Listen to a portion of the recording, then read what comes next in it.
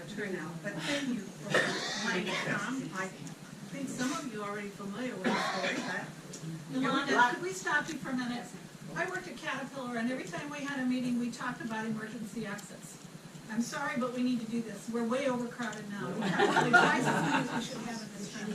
This door will go out, and then to the right, you can go down a walkway, a ramp, to get out. In case there is a fire, which probably will not happen, but, and also you can come out this door. If necessary, you can also go that way. And you can go out the front door. Okay. All right? No stampede. You're right. I doubt anybody's gonna be able to utilize this, but if you have to go, the bathrooms are through this door to your left. There's 2 doors. First is the women's and then the men's. Okay. That's, I don't think anybody's gonna say, excuse me.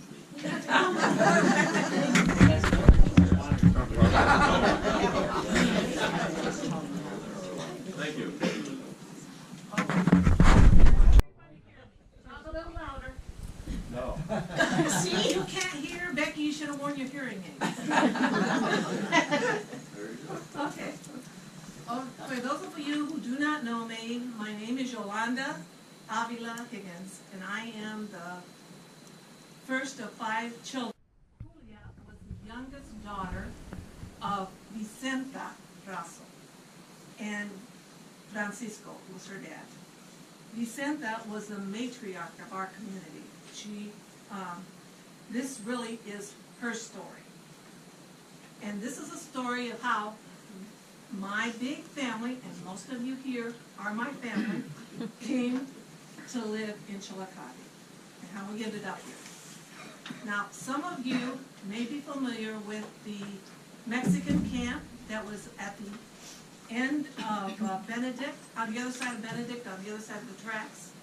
There was a camp there, and that's where our family ended up when they came to Chillicothe. But I'll tell you a little more about that later. First, the story really begins with Vicenta in a little town called Romita, Guanajuato. It's a little town in central Mexico, and in that town, the Ramuses and the Razos were neighbors. Now, I'm having a problem here because they anglicized the names to Ramus and Razo, but the names were really Ramos and Razo. So it's kind of, you know, I'm saying it sometimes one way and sometimes another, but it's really Ramos and Razo. Anyway, the matriarch of our community was Vicenta, my great-grandmother. She was born in Mexico in 1848. She came to the U.S. At the age of 67. She was 68 by the time she got here. And she died at 97 in 1945, and she's buried here in Chillicothe Cemetery. Now, the Razo family was Vicenta and her husband, Francisco. They had 14 children, but only 7 survived. And those 7 came to the United States. There was one more, and her name was Valentina. Marcia's named after her. Valentina was in her teens, and she wanted desperately to be a nun, and they wouldn't let her. So my grandma Julia tells me that she died of a broken heart because they wouldn't let her be a nun. So she didn't come to this, it wasn't one that came to the States. Now, Francisco died in 1903. He was a butcher. I have no pictures of him, and I feel bad, you know, we don't have any pictures of him, but none exist. But after he died, Vicenta's 4 oldest sons came to the States to work. Now, I don't know if they all came at the same time. I don't really know. Do you know, Aunt Joanna, Dora? They came, they were working here on the railroad. They came to Flagstaff, Arizona. And they would send money back to help with the expenses because my grandma Vicenta was left with not just her own children, my grandma Julia and her brother Eusebio, we call him Uncle Chelo. The 2 of them were her children, but she also had, and my Aunt Mary and her husband, Uncle Mike, and their 2 children, and her daughter-in-law, Ruperta, and then her other daughter-in-law, Avila, and their 2 kids, Tomas and Tita. Those, there were 11 of them, 10 of them with my grandmother were 11, living in one household. And she had to feed and take care of all of those children and wives. So it was hard. It was a difficult life for her. And they depended on the money that was being sent back by the men to live. Now, the Ramos family was Rafael and his wife Vicenta too. So both of my great-grandmothers' names were Vicenta. But Vicenta, they had 4 sons. And Vicenta died giving birth to her only daughter. And Vicenta died not long, the baby died not long after that. So the boys were raised by their grandma, Jovita. And my Aunt Joanne is named after Jovita. And Grandpa, because he was the oldest, was not able to go to school. So he never went to school. He was illiterate. In later years, Grandma Julia taught him how to sign his name, but I have all his papers from the early years, and everything was just an X, signed with an X. So Sole and his brother Nicholas, they decided to come to the States too. Now, I don't know if they all came together with the Razzle boys, I don't know. But they all ended up in Flagstaff. And after working in the States for a while, my grandpa Sole decided to go back to Mexico to visit his mom and dad, his dad and brothers, the 2 brothers that were still left. And somehow, while he was here, they convinced him to bring all of the Razzle family back to the States, to Flagstaff. Now, how my grandfather, who couldn't speak English or let alone read Spanish, how he was able to get them all back to Flagstaff, it was in God's hands, that's all I can say. Now, the Mexican Revolution was going on during this time. It started in 1910 and it went through 1920. It was a civil war, and both sides were fighting and forcing men from both sides were forcing men, constricting them into their armies against their will, even they didn't want to. So a lot of men fled to the States, not just my family, but lots of other people came, just to get away from all of that. So they decided they were going to set out for the United States, 11 of the Razzles and my grandpa Sole. So there were 12 of them. 4 women, 2 men, 4 teenagers, and 2 children. The trip took a long time, and they came on boxcars. Now, I said on boxcars, not in the boxcar, on top of the boxcars. They rode the boxcars, and they rode them during the day. At night, they would get off and try to find a wooded area where they could rest and sleep. And then Grandpa Sole would go out looking for food for them so they could continue on with their journey.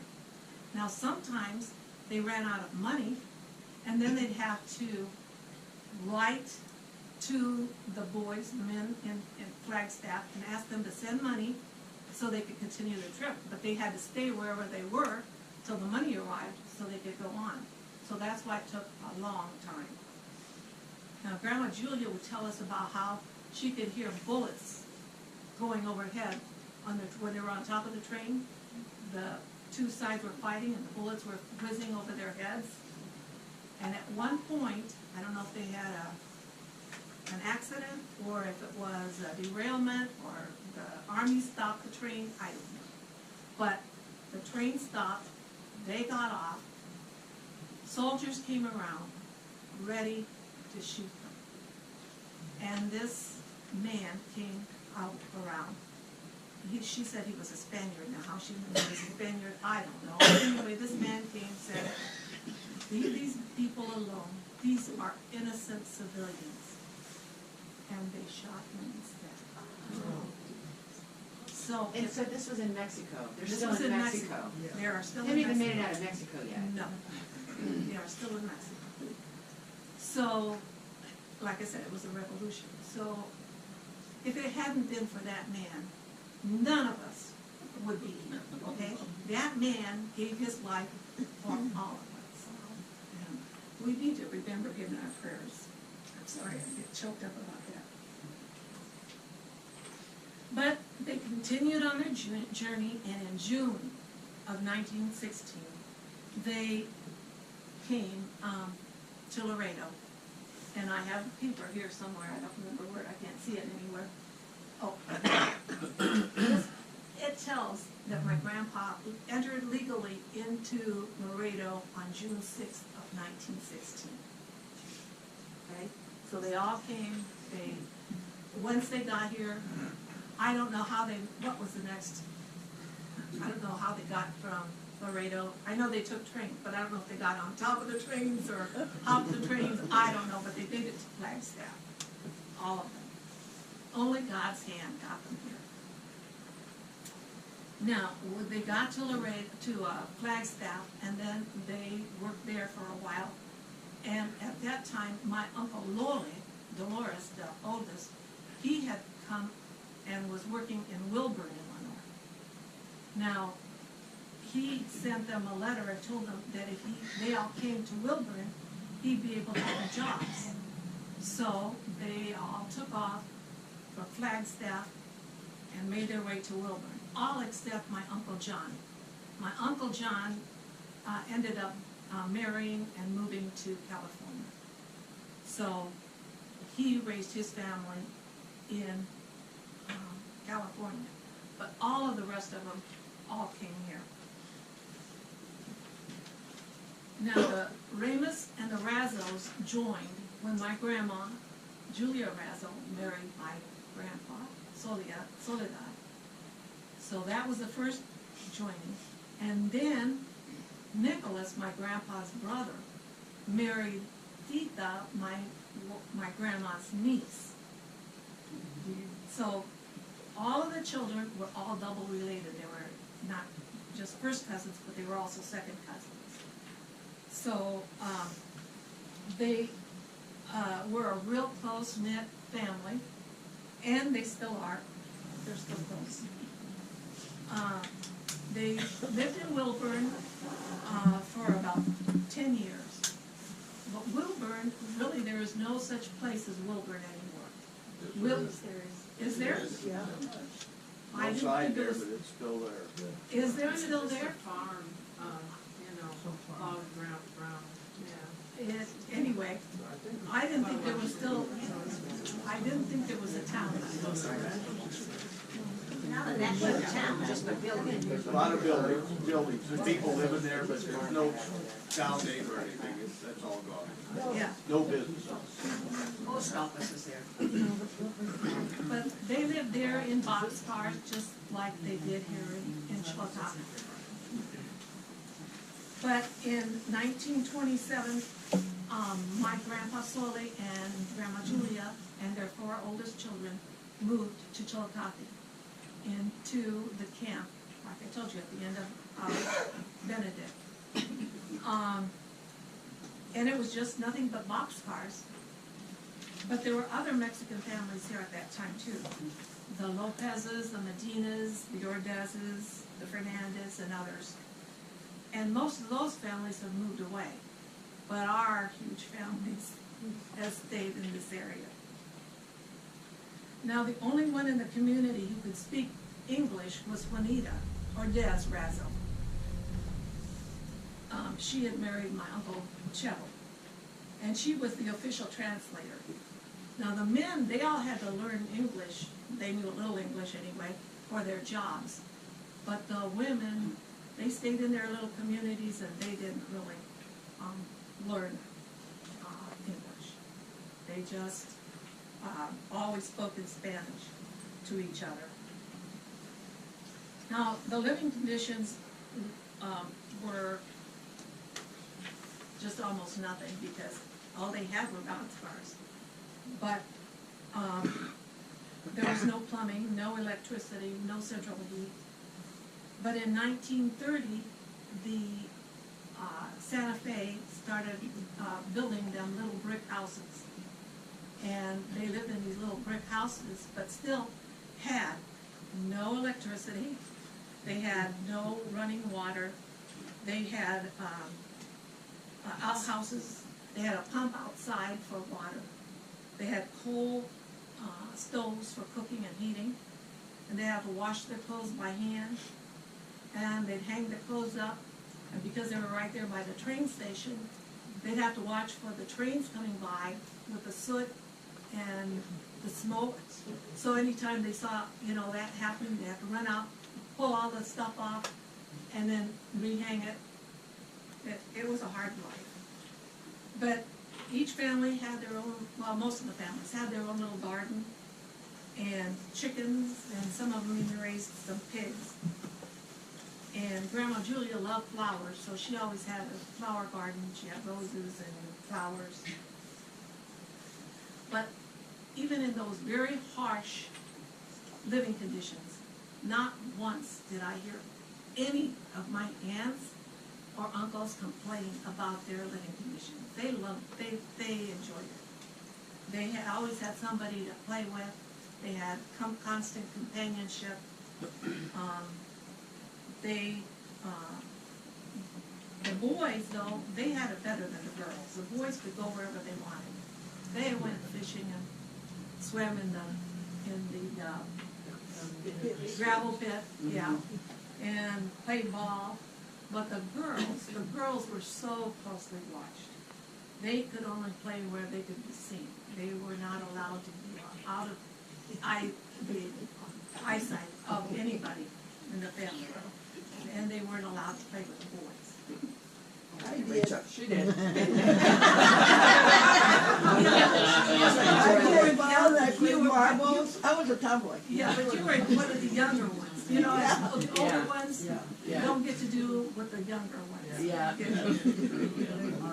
They learned, the girls learned how to do crochet and embroidery, and I have some samples of some of that work here with my grandma's. But they had to help with the cooking and the cleaning and the washing and ironing. The girls were really sheltered. They knew nothing. They were really innocent. At 18 years old, when my mother was 18 years old, my Aunt Mary was born. My mother at 18 did not know where babies came from. She thought they came out of the doctor's black bag. That's what they told them. They told them that babies were coming out of that black bag.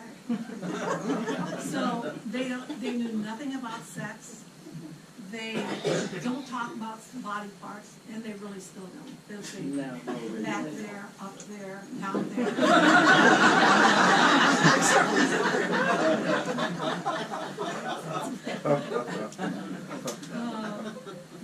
The kids attended Snatchwine School, and it was way at the end of Benedict, where Benedict meets Hart Lane. On the right-hand side, right on the corner, that's where the old Snatchwine School was. It was a one-room schoolhouse. And in the 60s, we could go down there and you could still see the foundation of that school. But it's marked no trespassing now, so you can't get back down there to look at it. When the older kids started school, they didn't know English, but the teachers were glad. They said that they wanted them to teach them proper English. So the older ones, that's how they learned, and then they taught the younger generation, the younger brothers and sisters. I'm sorry to interrupt, but were the men working for the railroad again at that time? Yes, the men were all working at the railroad. That's really when the names were all anglicized, when they went to school. The Ramos became Ramus. Even their first names were anglicized. My Aunt Joanne, her name was Jovita, they named her Joanne. She's glad.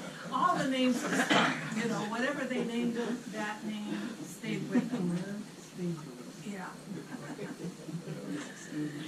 Yeah.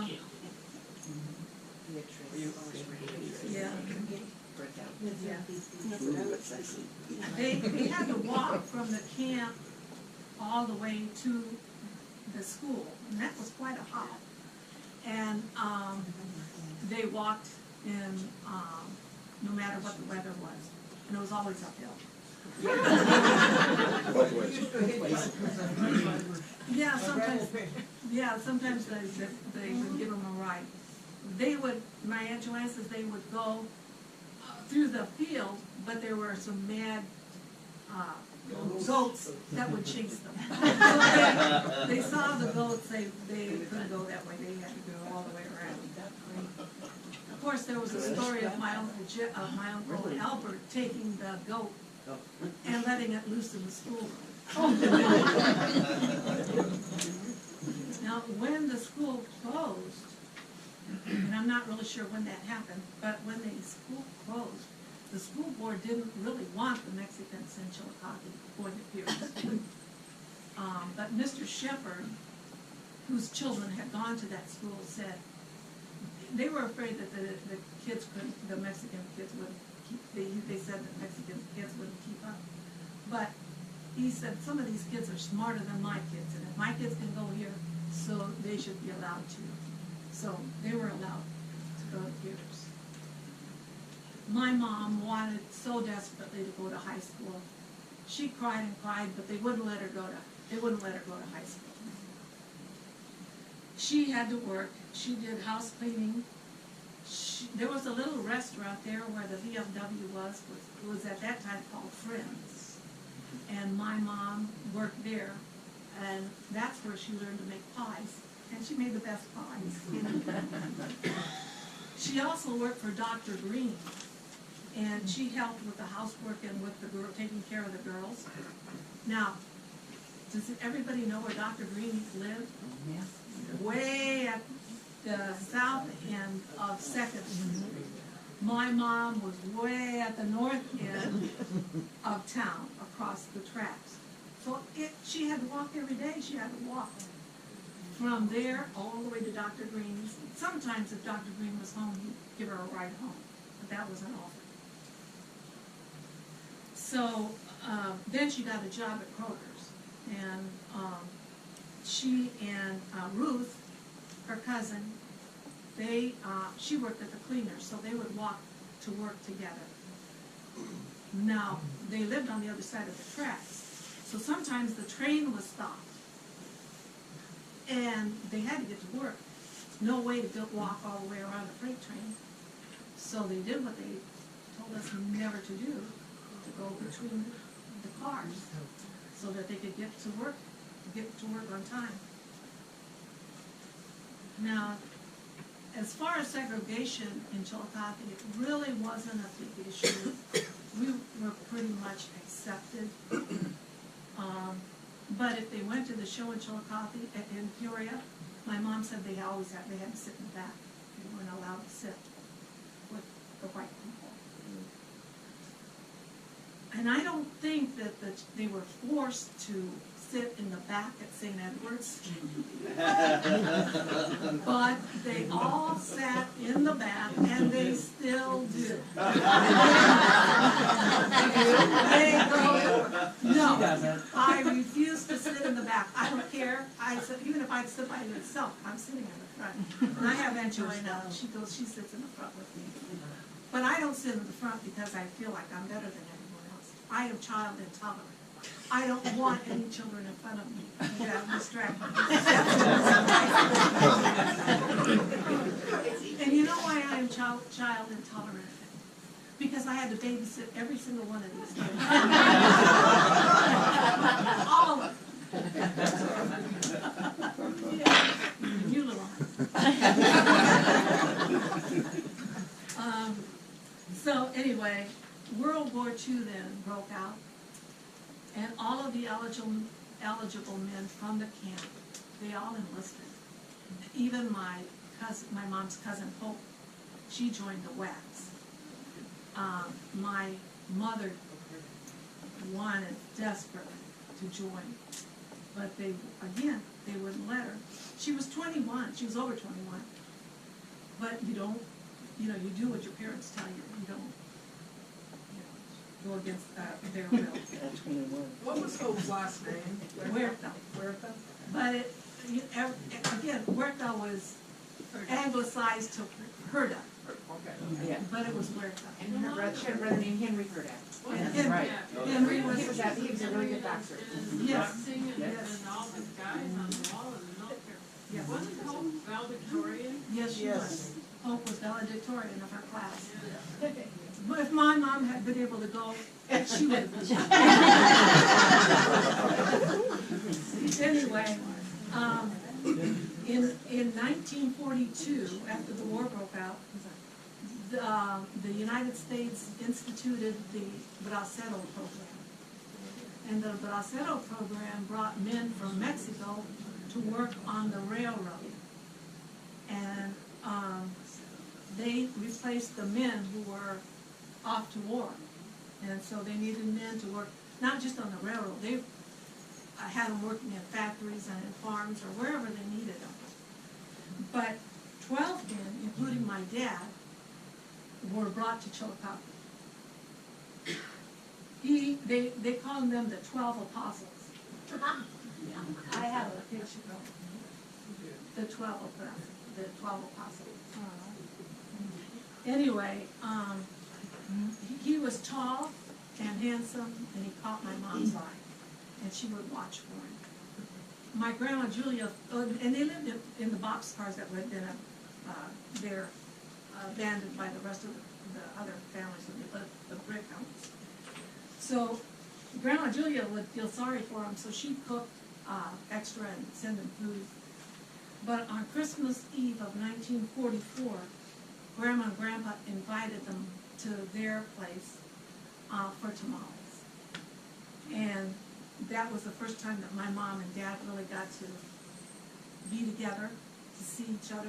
They had their eyes on each other, but not really been able to do anything. But I don't know how they did it. How did you have all of your family? No, but in the house, to have all of them, plus all the braceros, and where'd you put them all? Just like Dora. Dora has all her kids looking. Yeah, they got them all in there, and they danced. They played the Victrola, and they danced in that little, Well, they played the guitar on that shit. yeah, yeah. They used to wash and iron for them. But anyway, that was the start of their romance. But in the 40s, the family started to migrate from the camp and move into Chillicothe. They started buying homes here in town. The men had been in an accident on one of those little hand cars, that go up and down the tracks. I don't know what they're called,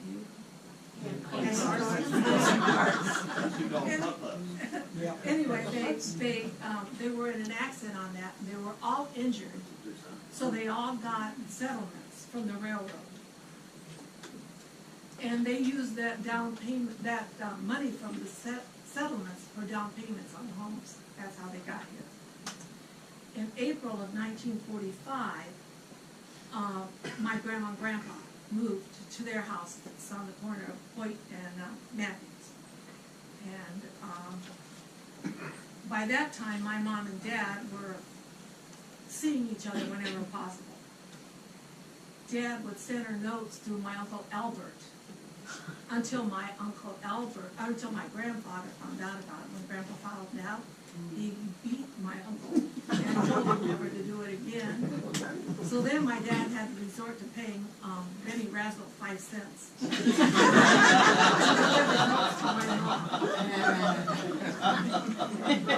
So when my dad would get off of work, he would walk downtown. My mom was working at Kroger's. He'd walk downtown to when she got off of work so he could walk her home. Again, my grandfather found out, and as soon as he found out she was being walked home, he took off of work and walk to Kroger's, to Walker. They were not allowed to be together even after they were engaged. When my dad had to go and ask for her hand in marriage, all of them had to be there, not just her sisters, but the cousins and the aunts and all of them. They all had to be there when he asked for his hand. And then I have a letter from my grandpa in Mexico that asked my grandpa Sole for my mom's hand. And in the letter, it just seemed to me that he said that they were a very poor family. Well, like, we were not poor. I just got the feeling that he thought that because we lived in the States that we were well off. I don't know. But they got married in October of 1945, October 20th. The war had ended. Men were coming home. Excuse me, my throat's hurt. It was a time for celebration, and so they had a really big wedding. Excuse me. No, it's my water. I got water. They had a big wedding, and they had a dance at City Hall. I think you all had dances at City Hall too, did you? Yep. So it was a thing to do, to have a wedding, and then they got married, and they had they usually had a breakfast, and then they had a dinner. But the dinner was always there at the house. And it wasn't catered. And it wasn't catered. All the Mexican women would get together to cook all the food to make for the dinners, and then a dance. And the night of the dance, my Aunt Dora's husband, the night of the wedding, my Aunt Dora's husband was coming home from this war, and the train had stopped in Chillicothe. He was must have been on the Rock Island. It had stopped, and he could hear the Mexican music, and he was wondering what happened. What was going on? What was going on? All those people down there. Yeah. So anyway,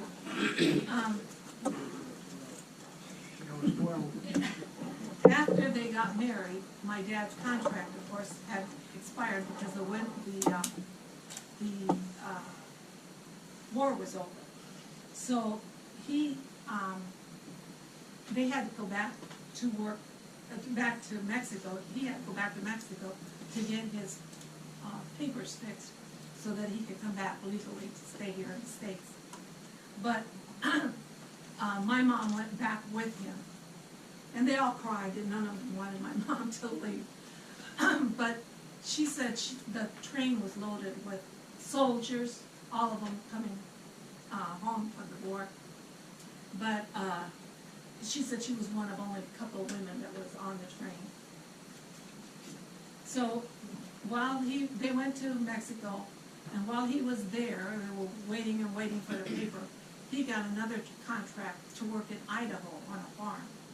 So my dad went off to Idaho, and my mom's still in Mexico with her in-laws. So by that time she was pregnant with me and did not want me to be born in Mexico. So in June of 1946, she came back to the States.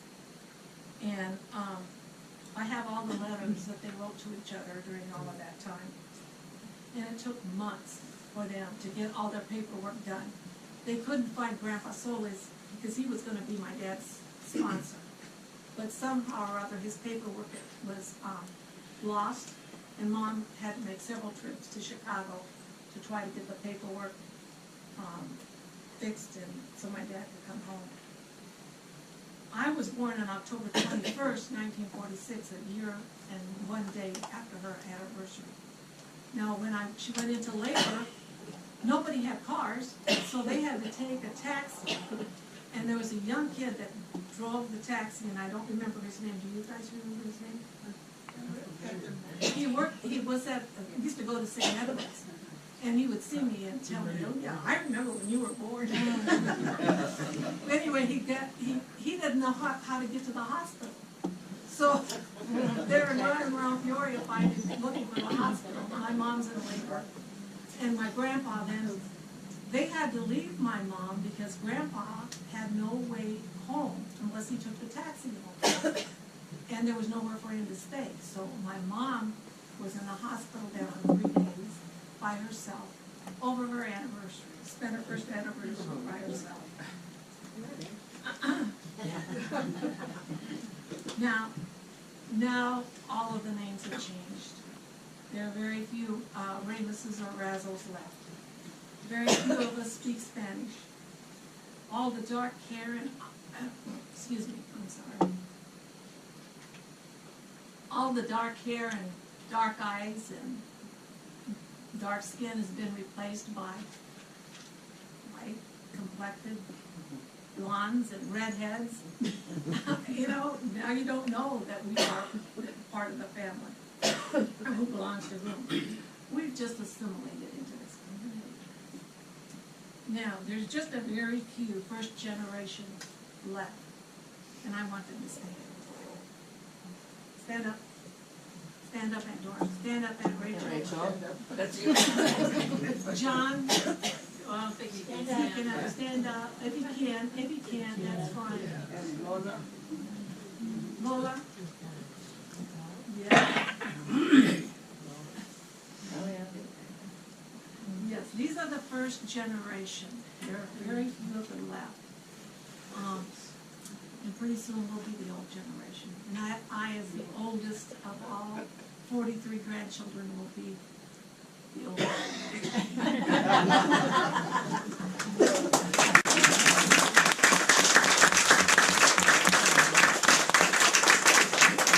Now, I just hit the highlights. There's many interrelationships. It's hard to keep up with who belongs to who anymore. you can't have help. I know all my first cousins, but after that I don't know them. Now Billy Galindo did this family tree, but it needs to be updated. Somebody's got to step up and try to do that. My story just proves that it doesn't matter. Excuse me. It doesn't matter where you started or what you had when you came. It's just what you make of what you get. Thanks.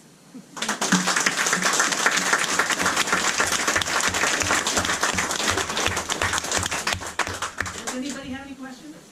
Could you just go through all of these children, their names? Because, you know, we're the other side, and I don't know if I know everybody. You're not the other side, you're still the Razzles. I know, but it's just I'm Yolanda, the oldest, okay, and then there's Jaime, okay, and then Becky, right there, Becky, okay. and my brother Bob, Good. and my sister Martha, Martha, right here. okay. No, M-A-R-T-H. I remember that. You know everybody else? No, but I don't. Yeah, One it's gonna be a test. Anybody have any other questions? Who did they marry? Who did? Terry. Why? Terry married my brother twice. You know how many grandchildren that were Razzles that Tita had? No, I wanted to know that too. You know what How many grandchildren did Tita have? She had 8 children, but I don't know how many grandchildren. She didn't have as many as my mom. No? no, my mom had 42, 43. was it 43? 43. I'm 43.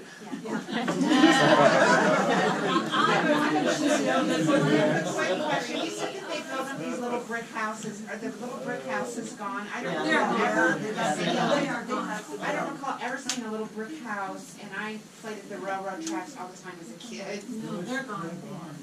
They were kind of, because I think they still have stakes. Why don't you ask Lola about the Lopez's, cause they, you know, They were next door to us. you probably don't know Lola? Lola. Yeah, I know Lola. Do you? I'm old. You know. Yeah, I know, you're only 11 years older. Today I was at the grocery store and the guy says, and the guy came up to me and he says, "You're Al's sister." I am not Al's sister, but everybody thinks I am. Yeah.